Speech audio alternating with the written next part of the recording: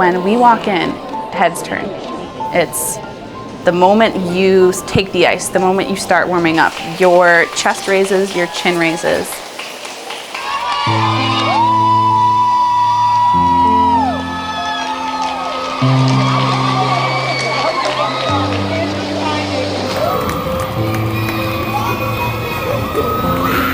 They're one of the best in the world. I don't know how else to say it. They have been to the World Championships every year since it started in 2000. They've been good for so long. I guess the best way to describe them is they're a dynasty. They're an absolute dynasty.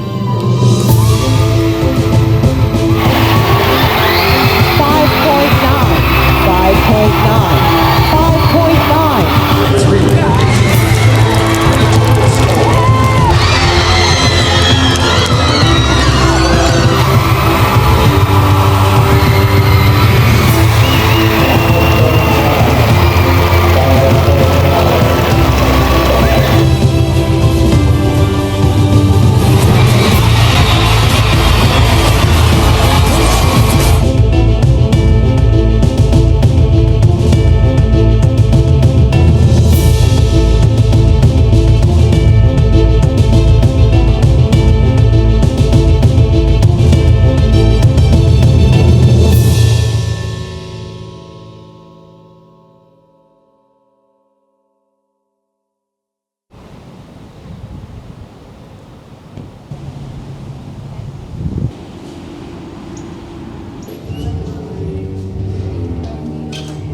The Haydenettes are the most successful synchronized skating team in U.S. history, with 24 U.S. national titles as of 2016. Saw the Haydenettes and fell in love with them. I couldn't believe how fast they were skating, how in sync they were. I was one of those little girls back in the day where I looked up to the Haydenettes and I was like, wow, like they're so good. Like I worked as hard as I could every day knowing that that was the final goal that I wanted. And ever since then, I never looked back. This has been something on my mind for the past 9 years, ever since I first saw them, that this is what I want to do. As soon as I saw it and found out what it was, I was hooked. Absolutely loved it. Well, I think the biggest thing right now is that people don't know about the sport. They're not familiar with it. If you mention synchronized skating to somebody, who hasn't seen it, like, what are you talking about? What is it? And then you have to explain it to them. You gotta ease them a little bit, bring them back down and say, oh, there's 16 skaters on the ice at once. We perform formations, we do intersections, we do group lifts, and usually at that point I pull out my phone and just make them watch a video to kind of have them have that visual and understand better and quicker than me just trying to explain it to them. I think the biggest thing that could increase the coverage for synchronized skating is it becoming an Olympic sport. I think if people saw it in the Olympics, the amount of publicity that it would get, the amount of coverage that it would get, the amount of interest that it would create would be astronomical. Just because if you like skating, you watch the Olympics. To add a sport, you really have to think about what that sport is bringing in international competition. Is it bringing excitement? Is it bringing national pride? Is it bringing awe or wonderment? Is it bringing an opportunity to broaden ticket sales and financial success of the games? What synchronized skating is going to bring is not up to anybody other than the International Skating Union. They need to decide what this sport brings to the international community, and they need to context that. There's very little out there right now that explains why this sport is unique, why this sport is important, and why this sport is valuable. And there's definite arguments to be made in all of those categories. It's just, it needs to be told. That story needs to begin. The Hayden synchronized skating teams were founded in 1979 in Lexington, Massachusetts by Lynn Benson, a former national singles figure skating competitor and ice capades performer. Here they are from Lexington, Massachusetts, the Haydenettes, defending champions.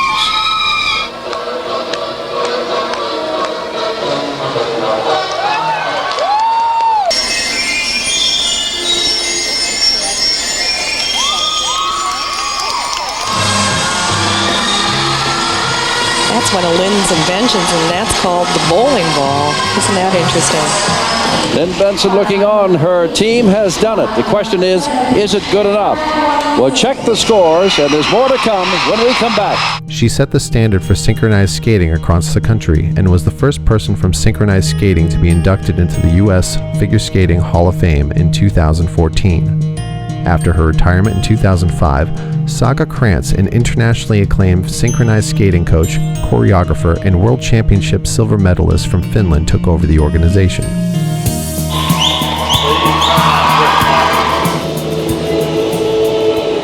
I think Saga is an amazing coach. She's by far the best coach that I've had. She's giving us every chance to push ourselves and to be the best. And not only the best in the country, but the best in the world. She knows the music more inside and out than I think I've ever seen any other coach. She's funny. She loves to laugh with us. She loves to skate with us. She always wants to roster herself and be the 21st skater.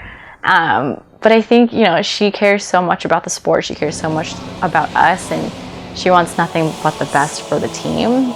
It shows. It shows in our skating and how, as skaters, we respond to her and respect her. And after every practice, Saga has us bow to her, and then she says thank you every time we leave the ice, which that was my first practice. I wanted to break into tears because I had come from a slew of coaches who yelled a lot. But every time we leave the ice, Saga says thank you. No matter what happens, no matter what the practice was like. And that, as a skater, that means she's appreciating what you're doing, even if it's not successful. And that makes you want to work harder. 2011 World Synchronized Skating Championships in Helsinki, Finland. And that was my first year on the team and my first Worlds. At every international competition, they usually post posters everywhere. And we always try to bring some back with us so that we can remember the competition. And this one is from 2016 Worlds in Hungary.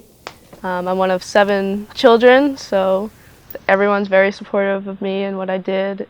After, I think it was 5 years of synchro, I went over to the Hayden Recreation and I tried out. And I made the Lexets team, which is our junior level team. And then after that, the next year, I decided that I was going to do one more year of Lexets before I was going to try out for Haydenettes. But my second year on Lexets, Saga pulled me over halfway through the season in December and asked me if I wanted to skate on the Haydenettes as well. So being called up, it was definitely something I had to think about because it was my junior year of high school, so there was a lot obviously going on junior year, and it was the Haydenettes, and I knew I needed to be very committed and very focused on that because we're a very high demanding team. But I also had my Lexets and those programs, and I knew that it was going to be a lot on me, especially with the extra practices and all things that came upon it with traveling and everything. But I'm always up for a challenge, so I said yes, and that year I learned 4 programs and competed, and I don't regret it to this day. So I'm originally from Michigan. I grew up in Grosse Pointe, which is right south of Detroit. I got on the ice when I was 5 and joined a synchro team when I was 7, which is relatively early on, which has helped me a lot, definitely. I'm an only child, which a lot of people will say was very helpful in my skating endeavors because it's such of a time commitment that a lot of times with a lot of siblings and a lot of things going on, it's hard to have rides to and from the rink when you need to be there. I don't know what my college experience would have been like without it, obviously, but I think it really helped me, not only academically, but it helps me socially it felt more like I was at home when I was away from school. A lot of my friends I know had trouble being so far away from their families and everything that you're used to. It's hard to pick up your life and move anywhere. But when I moved here, I had a group of people who automatically knew what I was like. When I went to the rink, it was automatically like home. So that was really important to my life in college and me growing into being someone who's independent and functional. I think it was really beneficial to me. I got into skating when I was 5 years old. My dad took me to a local ice rink in our neighborhood, and from the first time I stepped on the ice, I was just drawn to it. So my parents immediately signed me up for group lessons, and the rest is history. So my first year on the Haydenettes was my junior year of college. What was tricky for me was also the fact that in my program at Boston University, the athletic training program requires a clinical experience that we did. So not only were we taking classes, attending labs, we also had to attend to sports teams, and my professors and advisors came back to me. Some of them were understanding of the situation. A few of them said, this is not going to be possible. You're not going to be able to balance skating at school. I had one advisor tell me that you are here for school, not for skating. And that was hard to hear. You don't really want to hear someone say you can't do what you're passionate about and what your dreams are. That I was on the cover of the Professional Skaters Association magazine. I've never heard a louder stadium than that was. And the moment we finished that program, it was, I don't even know how to describe it. It was incredible. It was one of those moments where you just know that you did it, and there's absolutely no doubt in our minds that no matter what the scores were, we had very little control over that, but we had put out one of our best performances ever at Haydenettes. For the advisors who told me I could not balance skating in school, for those professors who had no idea what I was talking about or why I kept missing their classes, and to my classmates who also didn't understand why I was gone for so many days of the semester, it was such a cool and memorable experience to step on the ice in my very first Worlds at the rink where I was a student athletic trainer for. We came out with a world bronze medal. It's definitely something I'm going to take and cherish with me for the rest of my life. I think that it's such a unique experience that no one else can really share and say that they've, almost come full circle with skating school and having people who, didn't believe you or didn't have faith in you finally see what I was doing, what I was so passionate about, and come out with a medal. I mean, there's nothing more I could have asked for in that situation. Every practice I always kind of look at the American flag and think that I'm not only skating for myself and this team as the Haydenettes now, but our country, every skater that's in this country, every skater that looks up to us, we represent them. We're at the Gallo Ice Arena in Bourne, and this rink is my home rink, and this is where I started synchro, so it has a lot of meaning to me. I've never really thought of myself as different.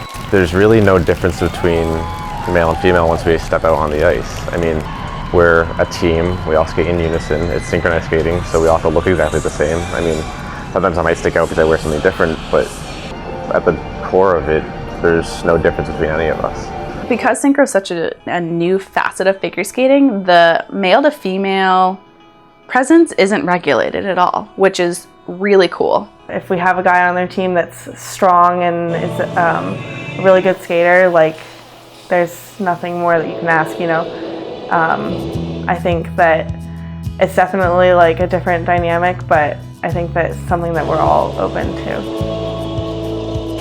I know I've been inspired by Lee Chandler on Nexus, and seeing him compete at the high level has only made me want to do it that much more. I think everybody has to find something that they love and pursue that. Because I was teased when I was a kid, but I didn't listen to them, I knew what I loved. So to kind of be able to block some of that is hard at a young age, but I think it's definitely, I see a lot of younger boys coming up in the sport, and I just hope that they keep going with it because there's a future for everybody in skating. I mean, we always joke that I was skating ever since I was born because my mom actually also does synchro, and so she skated, I think it was nationals, when she was pregnant with me still. So we say that I always just came out of the womb skating. And then I started competing when I was about 7. And then I started synchro when I was 12. I get the email that I made the team, and I was just I mean, this is like my dream for years, and I finally make it, and here I am sitting in IT 101, and I have to like act calm and, you know, normal. I was literally just walking in to my dorm after practice one day, and it was kind of like the first really cold day in Boston. It was a little icy, and I knew it was icy out, so I was walking really slow, and I stepped down the stairs, and right as I stepped, I felt that I was not going to go right, and I just slipped and fell, and I must have twisted my foot in a very strange way because I managed to break it. They said, well, you know, we think it's going to be surgical. It's going to be about 3 to 4 months. You're not going to be able to finish the season. And I mean, I can't even like really describe to you how just like terrible that feeling was. Like it still makes me like kind of teary-eyed thinking about it. I think my role changed in that I wanted to just become their very biggest supporter. I was their #1 fan. I, you know, wanted to be there for them through everything. I didn't want them to feel like, you know, I was just like not coming to practice, then I would show up to competition. With their last medal at the World Championships in 2013, the Haydenettes were eager to get back on the podium in 2016. But they faced a series of challenges along the way. Starting their season in last place in Barcelona shook the Haydenettes' confidence. With morale low, they looked to their leader, Saga, to help turn the season around. As the season went on, the Haydenettes began to improve. Second and winner of the silver medal, the Haydenettes from the United States of America. But during the heat of the season, Saga had to leave the team to take care of her newborn twins. Without a strong leader guiding them, it was more important than ever that the Haydenettes work together, respect one another, and grow as friends and teammates. When Saga came back from maternity leave, the Haydenettes were putting their final touches on their programs for the World Championships in Budapest, Hungary. Having already faced many challenges throughout the season, the Haydenettes went in without expectations.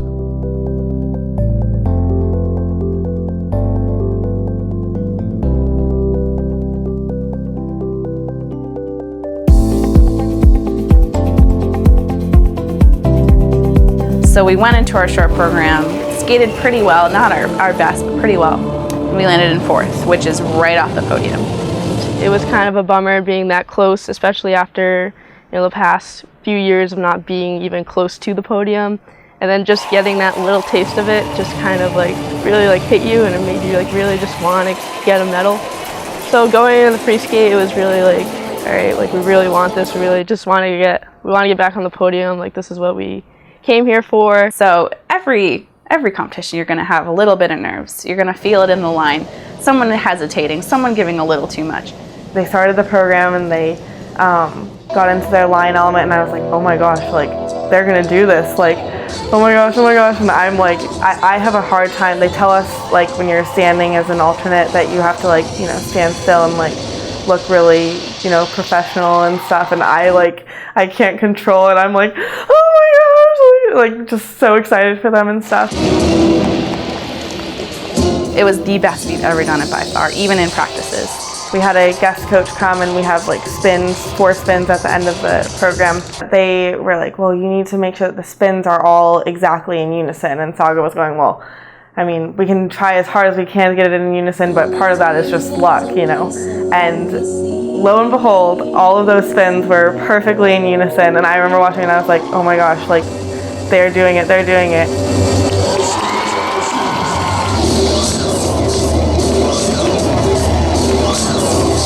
It just felt like we had completely nailed it, and I'd never experienced a program like that before.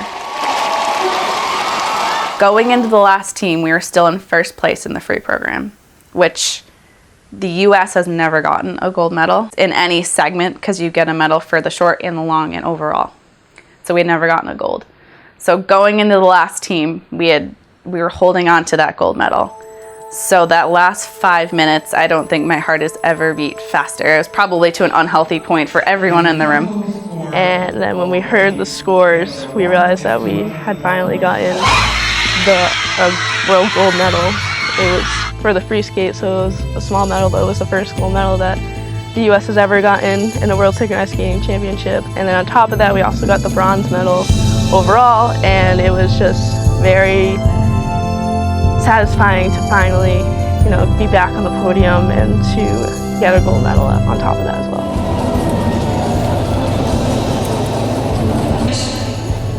Third and winner of the bronze medals.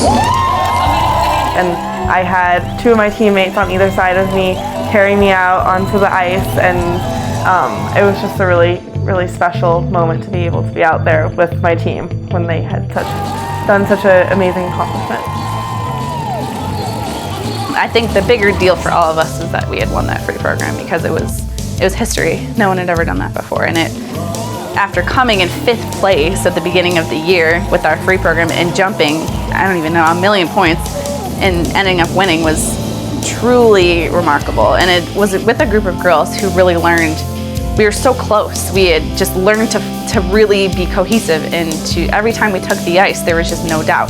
Just something I'd never ever experienced on the Haydenettes. There's always a little bit of hiccup. There's 16 of you, so it's just very uncommon that a group works together so well as we did. But that was extremely memorable. I really hope the future for synchronized skating is that it really does get into the Olympics.